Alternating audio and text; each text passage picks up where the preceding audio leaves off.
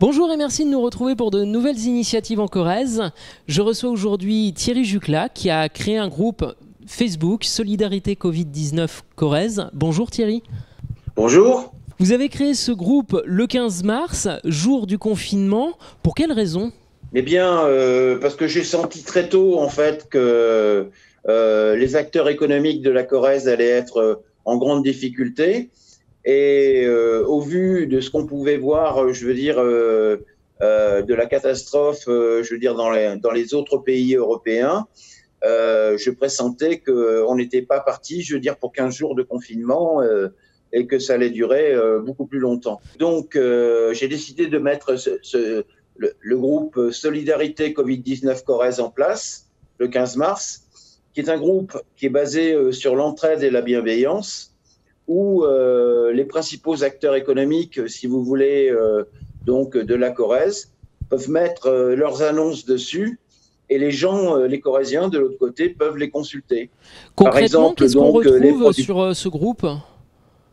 Eh ben, vous allez pouvoir retrouver, par exemple, des producteurs de viande qui proposent donc leur viande à acheter, des restaurateurs qui, tant bien que mal, se sont reconvertis soit dans la vente à emporter, soit dans la livraison.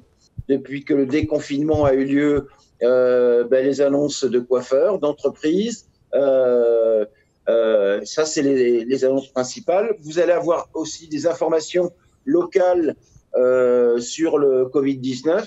En partenariat, nous on partage en fait ce que publie chaque soir le Petit Corrézien dessus. Voilà, un maximum d'informations, je veux dire, pour que les gens puissent être informés. C'est avant tout pour recréer un lien social avant tout et de proximité ? Absolument, c'est un lien social.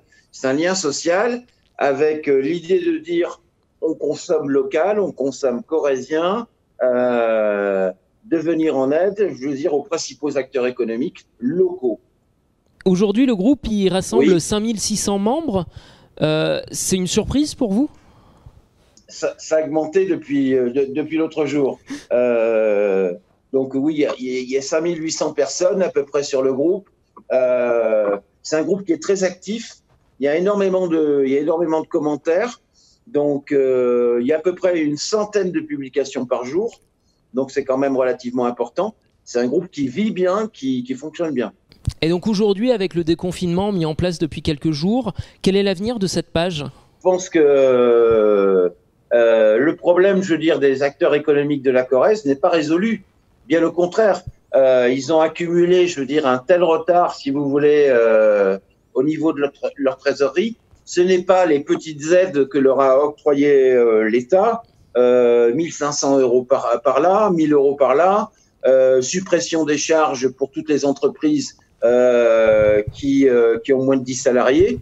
Mais malheureusement, quand vous prenez le cas d'un petit artisan, lui, il a rien, quoi. Je veux dire, donc, il y a des gros problèmes économiques qui se posent. On peut pas se voiler la face. Donc, l'idée est de leur apporter un soutien et une aide pour qu'ils puissent se faire connaître et que l'ensemble de nos Corréziens, je veux dire, fassent d'abord appel, je veux dire, à des entreprises corréziennes à consommer corrézien pour que notre belle région se relève de cette crise. Et alors, c'est du soutien, du militantisme ? Non, c'est pas du militantisme. Je ne fais pas de politique, mais là, je crois que beaucoup ont pris conscience que là, il y a une solidarité qui doit jouer et qu'il faut soutenir absolument, je veux dire, tous les acteurs économiques de la Corrèze, parce que sinon, je veux dire, c'est les emplois qui vont en pâtir et donc ça serait catastrophique. Donc cette très belle initiative, on la retrouve donc sur la page Facebook Solidarité Covid-19 Corrèze, déjà donc 5800 membres. Merci Thierry. Merci de nous avoir aidé à faire connaître notre groupe Solidarité Covid-19 Corrèze. Merci à vous encore. Merci à vous et merci également à vous de nous avoir suivis. À bientôt pour de nouvelles initiatives en Corrèze et d'ici là, n'oubliez pas les gestes barrières. Pendant l'épidémie, quels que soient vos problèmes de santé, faites-vous soigner. que ce soit en téléconsultation ou sur place. En cabinet ou dans les hôpitaux, tout est organisé pour éviter les contaminations. Continuez à prendre vos médicaments et ne reportez pas les examens qui vous sont prescrits. Si vous êtes enceinte ou si vous avez un bébé, maintenez les rendez-vous de suivi et les vaccinations obligatoires. En cas d'urgence, appelez immédiatement le 15. Retrouvez plus d'informations sur gouvernement.fr. Ceci est un message du ministère chargé de la Santé, de l'Assurance Maladie et de Santé publique France.